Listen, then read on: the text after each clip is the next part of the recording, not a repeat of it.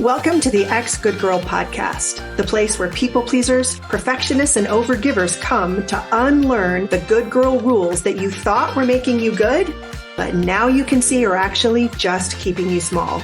If you've spent your life being unable to say no, putting everyone else's needs and feelings above your own, constantly seeking external approval, or avoiding conflict to make others feel comfortable, if guilt and resentment feel like a constant weight in your life, it is time to learn to knock that shit off. Every episode, we dive into the stories, skills, and strategies that you need to stop shrinking, start speaking up, and to live a life that is authentically and unapologetically yours, while also deepening the connection and vulnerability in the relationships that matter to you. I'm glad you're here. Let's jump in.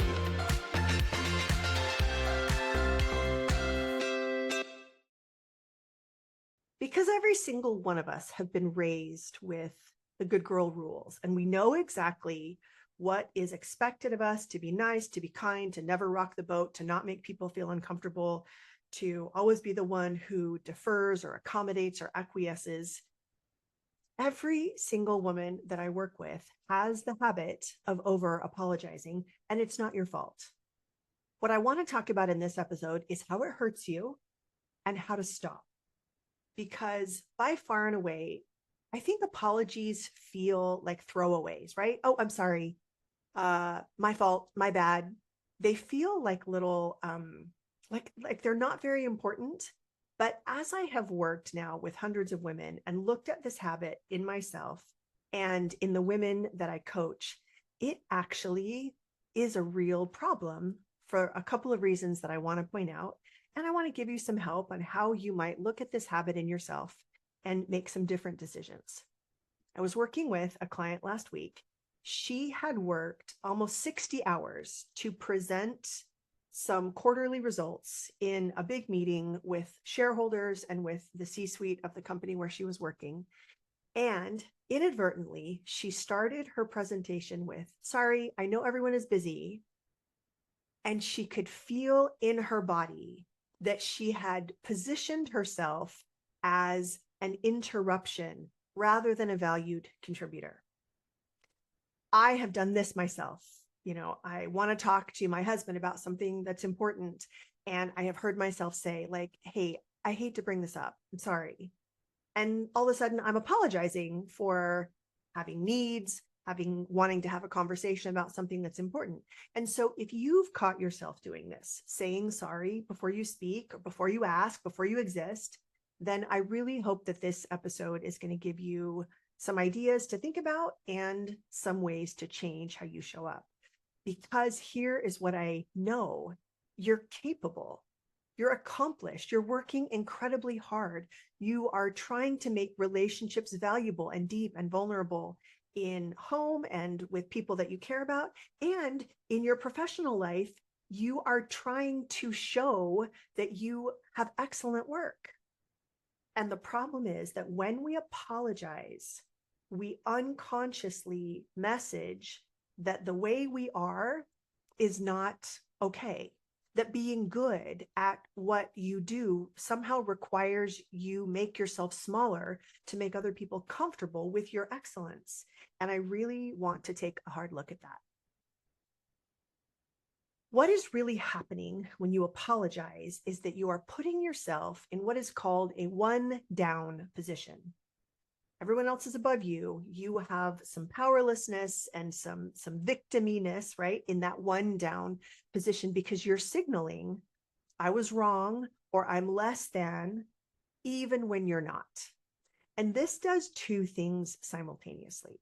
Number one, it lowers your authority in other people's eyes, and it trains you, your own brain, to see yourself as needing an apology, less than credible, less valuable, less deserving of space.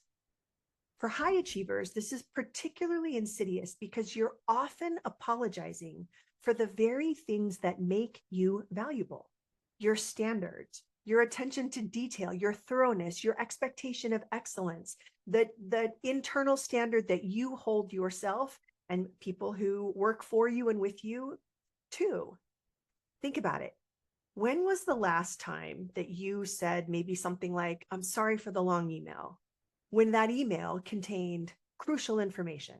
Or sorry to be picky when you were actually ensuring quality? Or sorry to push back on this when you were trying to point out something that would prevent a costly mistake at work? You're apologizing for doing your job well. There are parallels to that in home relationships as well. When you say sorry for bringing something up that needs to be addressed that is weakening family ties, when you want to address behavior that is problematic in the home and you apologize, it makes it seem like what you want to say isn't really valuable and isn't really important for other people to listen to. I have found that this is more of a reflex rather than a choice for most women. There's no pause, there's no assessment. It's really just a knee-jerk habit that doesn't actually ask the question, was harm actually caused here? Because that's what apologies are for, right?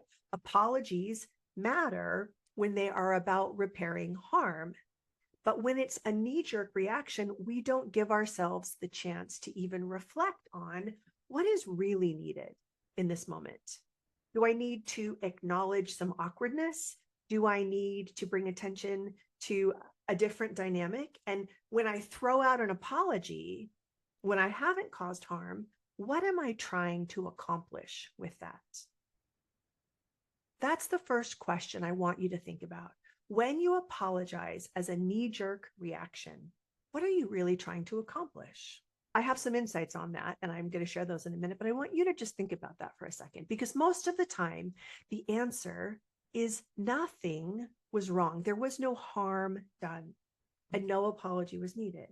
And so if I'm apologizing in a knee-jerk way, what am I trying to do? Where did I learn that? Where was I taught or given the programming that I should be the one to put myself in this one down position?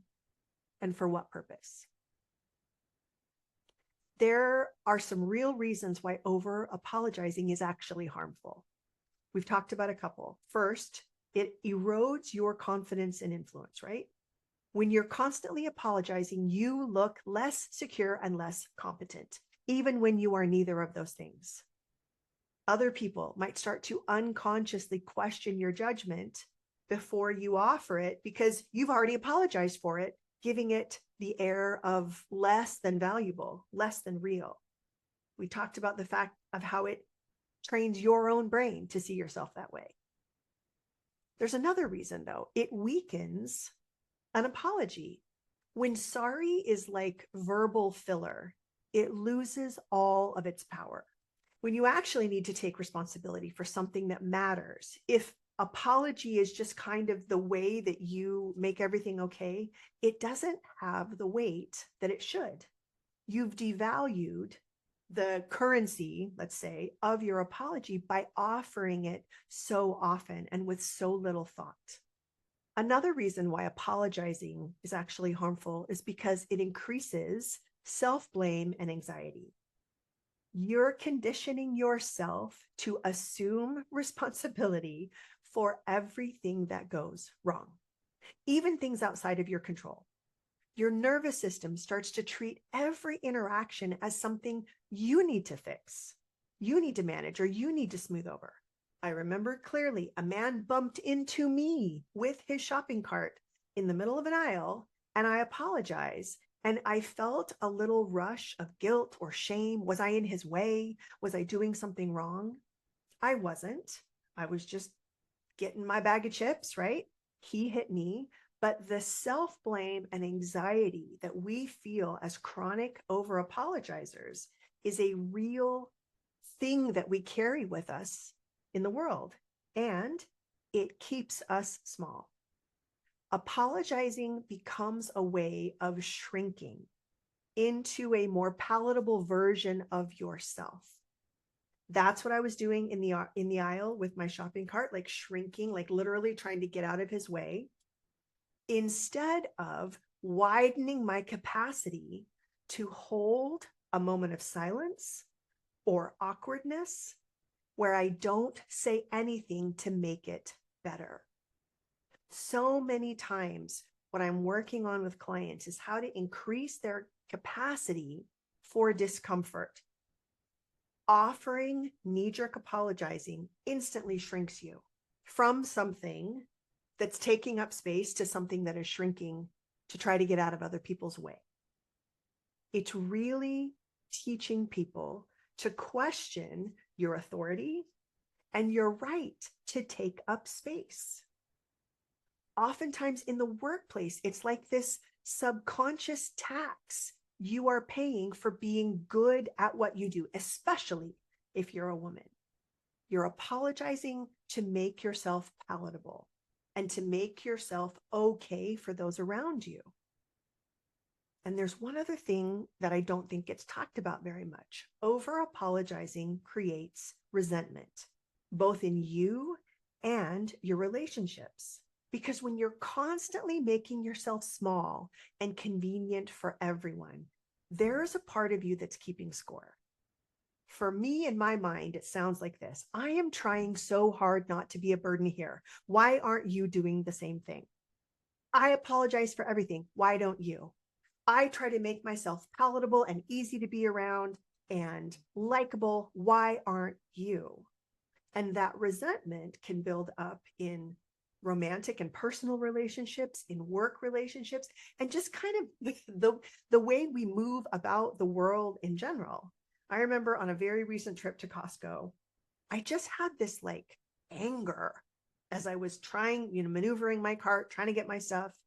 And what I was thinking was that same thing. I am trying so hard to just be good and nice and get out of people's way. Why aren't you? At all the people who were leaving their carts in the middle of the aisle to go get their sample, it just felt, I was so angry. And it was all from this way of thinking. And listen, I try to keep myself small and nice for everybody. Why aren't you? And so if you feel some of that, this might be where it's coming from. That resentment builds. And it can be confusing because you're the one choosing to apologize. And yet I'm also, well, I guess I should just say me, I'm the one choosing to apologize sometimes. And I'm also angry that other people aren't matching my level of self-diminishment, making myself convenient for other people. It just becomes a losing game. Because here's what most people don't realize. Over apologizing doesn't make you easier to love. Over apologizing does not make you easier to work with. And there's a chance it's actually making you harder to be close to, exhausting even.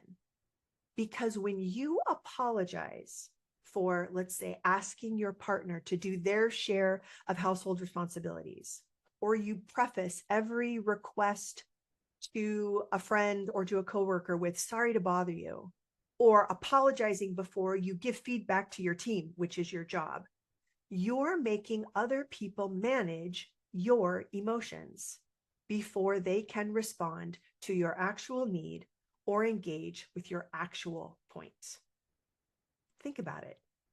When you say, hey, I'm so sorry, that is going to elicit a response in the other person where they either have to dismiss your apology or manage it for you. Oh, no, it's okay. It's okay. Yeah, tell me, what do you need to talk about? And the very thing that we're doing to try and be, quote unquote, low maintenance creates high maintenance. It creates this whole kind of thing that we have to work through before we can get to the actual issue. So if over apologizing is harmful, why do we keep doing it? Here's where I want you to have a lot of compassion and understanding for yourself. There is a nervous system component. For many people pleasers, apologizing is a fawn response, F-A-W-N, fawn. It's a survival strategy that we learned to keep safe. If I apologize first, maybe I won't be rejected. Maybe I won't be criticized. Maybe I won't be abandoned. There is something inside of us that uses apologizing to be safe or to try and maintain connection. Somewhere along the line, we learned that if I don't have needs, or if I can make myself small and palatable, then I will have a place. There is a real nervous system component. Second, there's learned conditioning.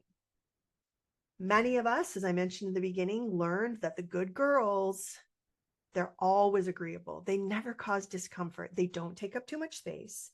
And apologizing becomes the way we signal, I'm not too much.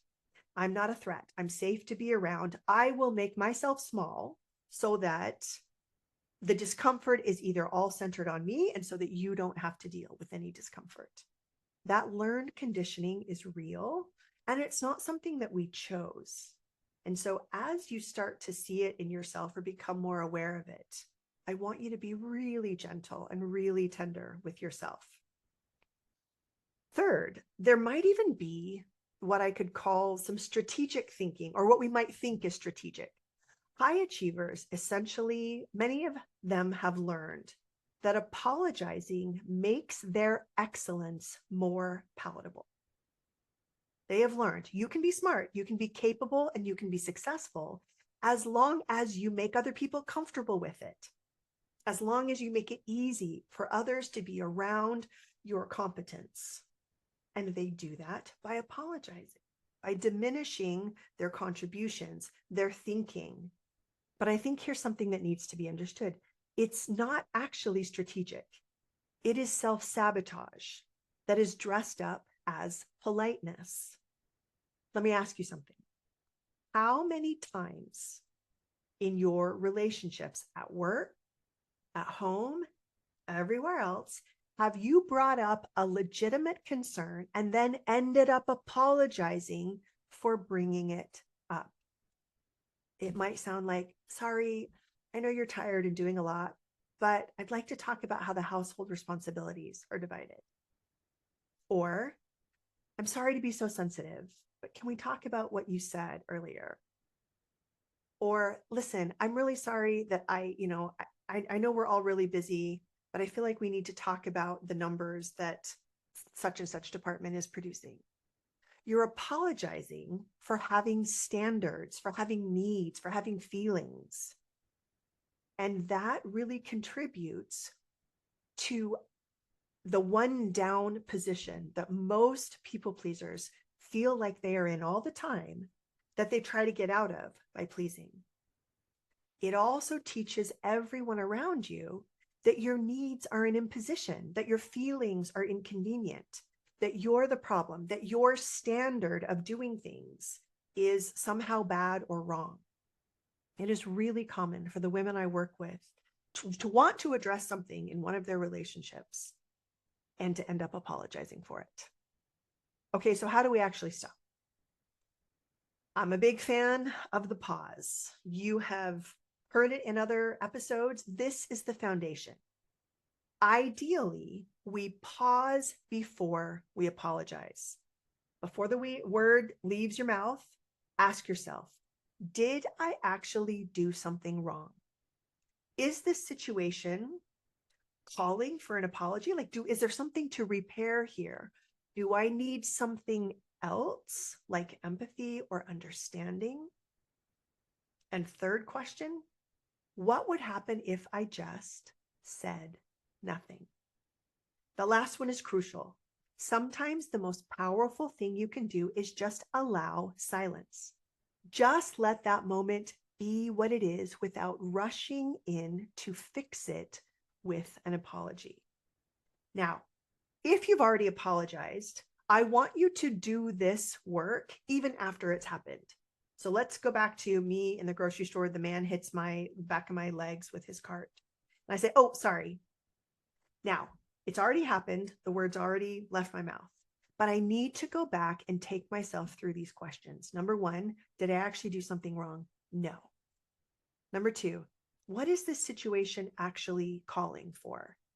You know what? It was just a human interaction. And number three, what would happen if I just said nothing? That's where a little bit of discomfort comes up. Because if I can imagine it without the apology, he hits my legs with the back of his cart. I notice him. and then I just say nothing. That is where your capacity for discomfort increases. Because when you choose to not rush in and make it better, if I were to have chosen to not rush in and make that situation better for him, we would both just get to stand there in some silence and get to decide what we do without me trying to smooth it over. So sometimes the most powerful thing we can do is just allow some silence, to just let it be what it is, awkward, whatever, without trying to smooth it over. Step number 2, I want you to think about some alternatives. Instead of saying, sorry, I'm late, try, thank you so much for waiting. Instead of, hey, I'm sorry to bother you, try, do you have a moment?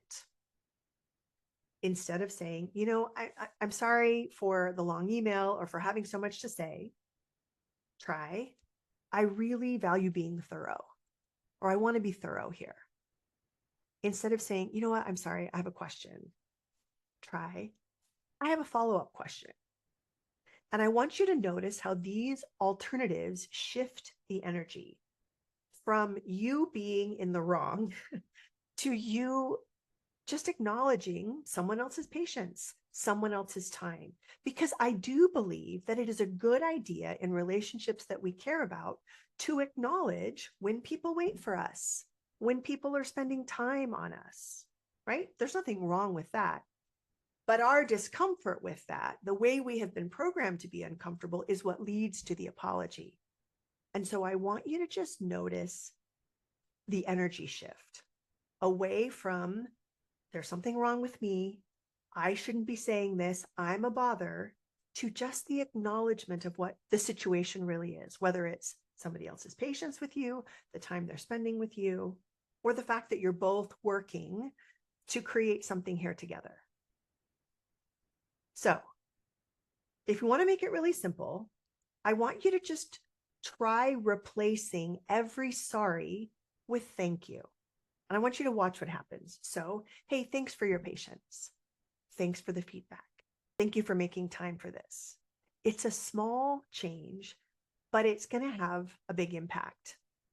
One of the places where it has massive impact is building your tolerance for discomfort. Most of my clients, heck, I'm going to say all of them, me included, we need to increase our capacity to hold discomfort. That's what this is really about. We please to diminish our own discomfort or our perception of other people's discomfort. And we need to increase our capacity to let other people feel their feelings and for us to not run from our own feelings. When we stop apologizing, when we stop asking for permission, when we stop over-explaining, we increase our discomfort tolerance. And that is a hugely rewarding skill. When we can allow silence, when we can allow disagreement, when we can say things like, I know this might be hard for you to hear, instead of, I'm so sorry. When we can say, I totally understand that you feel that way, instead of, I'm so sorry. When we can say, you know what, your thinking on that makes a lot of sense to me, even though we have a difference of opinion. Instead of, I'm so sorry, right? Those phrases allow us to hold our ground without apologizing for it. And they acknowledge the other person without diminishing ourselves, without putting ourselves in that one down position. They create space for discomfort without making you responsible for eliminating it or making it better. I'm going to say that again. They create space for discomfort without making you responsible for eliminating it or making it better. Because that's the tension that people pleasers live with, right? If there's discomfort, it's my job to fix it. If somebody's mad, I've got to do something about that. Here's the truth. When you stop reflexively apologizing, there will be some discomfort. You're going to feel it. Others might feel it, and that's okay. Discomfort, especially when it's acknowledged, that makes it okay. It makes it normal. And discomfort isn't damage. That's one of the things that we need to think and hold in our hearts. Other people being uncomfortable doesn't mean that there is damage to relationships. Discomfort is normal. Discomfort is a normal part of human interactions, and our job isn't to make everyone comfortable all the time. Our job is to show up with integrity, to communicate clearly, and to take responsibility when we have actually caused harm. So, a couple of things. I gave you some phrases to try out, right? I also want to give you a little bit of homework. For the next 48 hours, just keep a note in your phone or somewhere. And every time you say sorry, I want you to write it down along with what you were apologizing for. And at the end of 48 hours, I want you to categorize them. How many were for actual mistakes that you made? Okay, that might be where an apology is necessary or even needed. Number two, how many times did you apologize just for having needs or opinions? How many times were you apologizing for other people's mistakes or inconveniences? And how many of the apologies were just verbal filler? Most women, myself included, are really surprised to discover, I'm going to guess, 80 to 90% of the apologies fall into those last three categories. Apologizing for having needs and opinions, apologizing to make everybody comfortable with mistakes or inconveniences that aren't even yours to own, or just verbal filler. Once you see your pattern, you can start interrupting it. Once you see how you can increase your capacity by just letting the silence be what it is, it gives it a purpose. And oftentimes it's so valuable that we're more willing to do it. So save the apologies for when they really matter, for when you've truly caused harm, when you've hurt someone, made a genuine mistake, or done something else. That's when I'm sorry has weight and integrity. And when you reserve your apologies for real situations that need repair, your apologies become powerful again. That's when they mean something and people take them seriously. Last, I know what you're thinking. If I stop apologizing, are people going to think I'm mean, I'm arrogant, or I'm difficult? Here's the truth. The people who matter, the ones who respect competence and directness, will actually find you more credible and not less. They will trust you more because you're not undermining your own authority and requiring them to address your apologies by saying, no, it's okay. The people who want you to be small and apologetic, yeah, they're not going to like it that you don't apologize anymore. They're not your people. And they're trying to continue your habit of shrinking yourself to keep them comfortable. And you're going to have to decide what to do about those people because they're not your people. They want you small and they want you palatable. There is a massive difference between being collaborative, being open, and being apologetic. You can still be warm and kind and considerate without constantly positioning yourself as wrong or less than. In fact, here's what I have found. When you stop over apologizing, you actually become easier to work with and to be close to because people can take you at your word. They can respond to the actual content of your requests, of your insight, and they can trust that when you do apologize, it actually means something. Look, this is really important work. These throwaway apologies, they're really problematic. And I'm not advocating for you to completely erase the word sorry from your vocabulary. That's not the goal. The goal is to use it with intention, to save it for moments when it matters, when repair is needed. I want you to stop using it as a shield, a filler, or a way to make yourself smaller. You don't need to do that. Your excellence, the way that you perform and show up for people, there's no need to apologize for that. Save your sorries for when they really matter. I just want you to notice how many times you say sorry. Notice the ones that are necessary and the ones that are just habitual. Notice how it feels in your body right before or after you apologize. That anxiousness, that worry that you're taking up too much space, that resentment of like, why aren't other people also apologizing the way I constantly am? That's what we want to get rid of. Practice the pause. Practice the alternative phrases. Practice allowing the discomfort, the awkward silence. Because learning to stop reflexive apologizing is one of the most powerful ways that people pleasers reclaim their power, their confidence, and their presence. And you deserve to take up space without apologizing for it. That's it. I would love to hear what you discover as you do your apology audit. What are you apologizing for? Send me a DM. I love feedback. Thanks for listening. I'll see you next week. Hey, thanks for listening. If this podcast has been helpful to you, I would really appreciate it if you would give me a 5-star rating in whatever platform you listen to your podcast. And if you go to my website, sarahfisk.coach, you can sign up there to receive my emails. Right now, I'm taking private one-to-one clients who want my help speeding up this work in their own lives. I really hope to provide a lot of free information on my website and in my podcast for people to do this work on their own. But if you're interested in having a coach like me to help you implement these things faster, to find the blind spots and obstacles that you're not aware of, go to my website and sign up for a consult. That's a time when you and I can get on Zoom and talk about the particulars of your situation, and I can show you how I could be helpful. The second thing you can do on my website is sign up for a freebie that I have called Difficult Conversations.